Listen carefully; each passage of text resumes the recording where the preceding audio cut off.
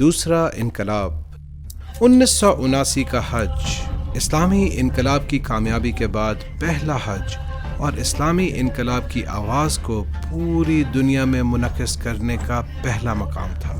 امام خمینی رضوان اللہ تعالیٰ علیہ نے بھی انقلاب کے دوران حج کے اپنے پہلے پیغام میں حضرت ابراہیم کے حج کو مشرق و مغرب کی سپر پاورز کے مقابلے میں مسلمانوں کے قیام کا مظہر قرار دیا۔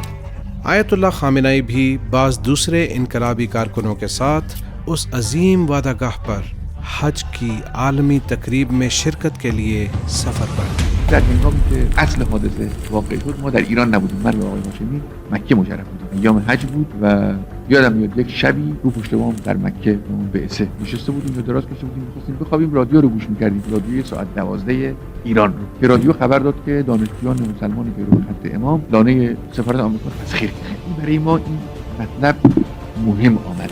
البته یه قدری هم بیمناک شدیم که اینا کیان این دانشجویان این کار کردن، مال چه جناحی هستن و چه گروهی هستن، چون احتمال داشت که جناح‌های چپ برای استفاده‌های سیاسی خودشون بخوان یک حرکاتی انجام بدن و احیانا شعارهای براق و جالبی رو به خودشون اختصاص بدن. به شدت نگران بودیم تا اینکه اون اخبار ساعت 12 مورد نظر گفتش که دانشجویان مسلمان پیرو خط امام که به مجرد اینکه اسم مسلمان و پیرو خط امام رو ما شنیدیم خیالمون راحت شد، یعنی فهمیدیم که نه دیگه چپ ها و منافقین و فرصت طلب ها نیستن، یه مشت دانشجوی خودی و مسلمان هستن.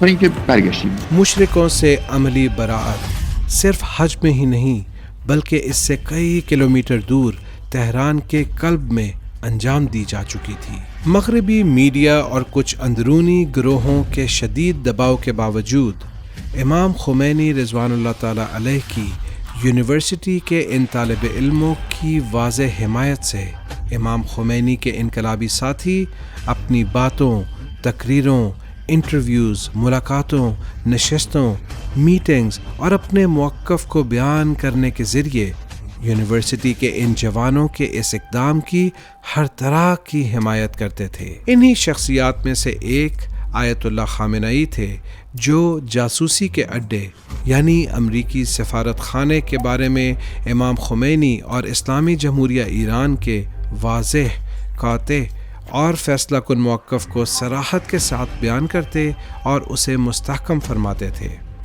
انہی واضح بیانات میں سے ایک اہم بیان آیت اللہ خامنہئی کا 30 نومبر 1979 کے دن تہران کے طالقانی روڈ پر واقع امریکی سفارت خانے میں موجود عاشورۂ حسینی کے موقع پر اکٹھے ہونے والے عوام کے جمع غفیر سے خطاب ہے۔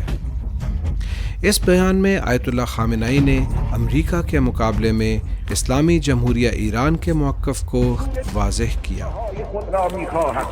امروز جلاد این ملت در حمایت دولت امریکاست، ملت هرگز اون دولت را نخواهد بخشید۔ جاسوسی کے اڈے پر قبضہ کرنے کے پیچیدہ مسائل میں سے ایک سفارت کے جاسوسوں اور سیکیورٹی فورسز کی حالت تھی۔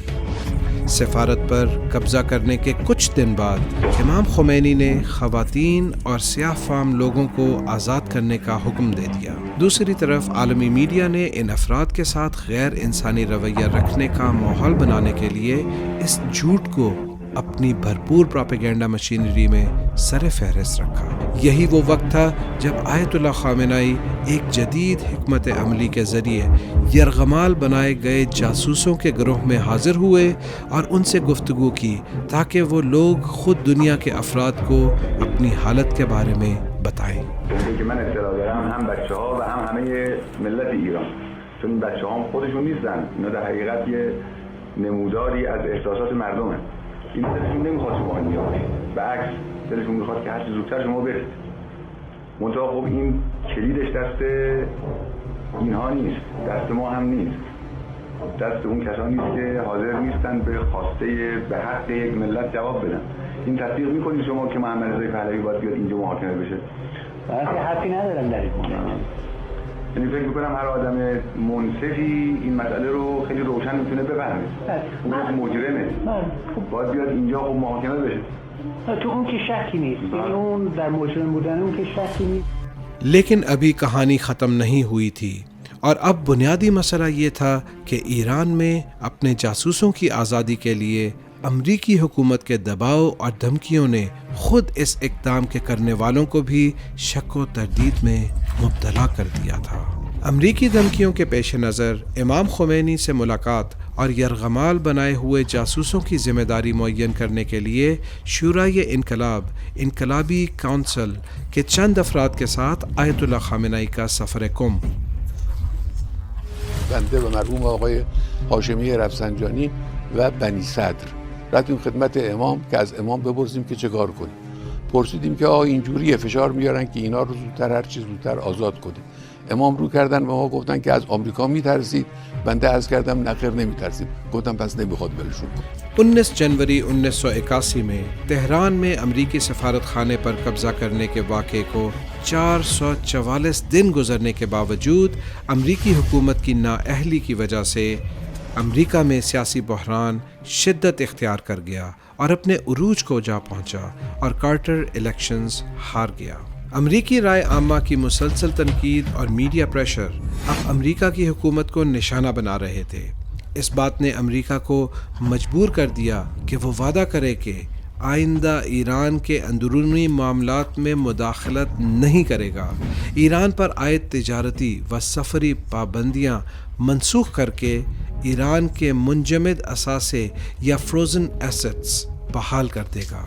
اس معاہدے کے نتیجے میں امریکہ کے معاہدے کرنے اور ایران کے ذریعے امریکہ کے گروی رکھے ہوئے جاسوسوں کو آزاد کرنے کے باوجود ایک بار پھر امریکی حکومت نے الجزائر معاہدے پر عمل نہ کیا۔ ایران میں امریکی جاسوسی اڈہ یعنی امریکی سفارت خانہ دوبارہ کبھی نہ کھلا، لیکن امریکہ نے اپنے اس کھوئے ہوئے مقام کے متبادل کے لیے اپنی وسیع منصوبہ بندی کو نفوذ اور اثر و رسوخ کے ذریعے سے جاری رکھا۔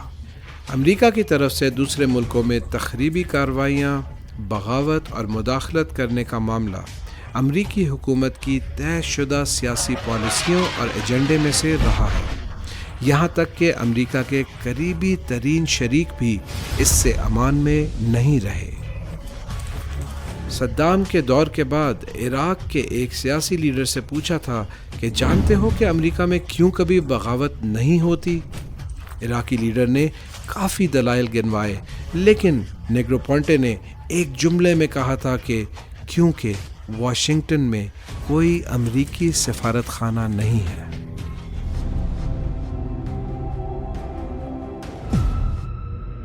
اینجا مرکز مقاومت است.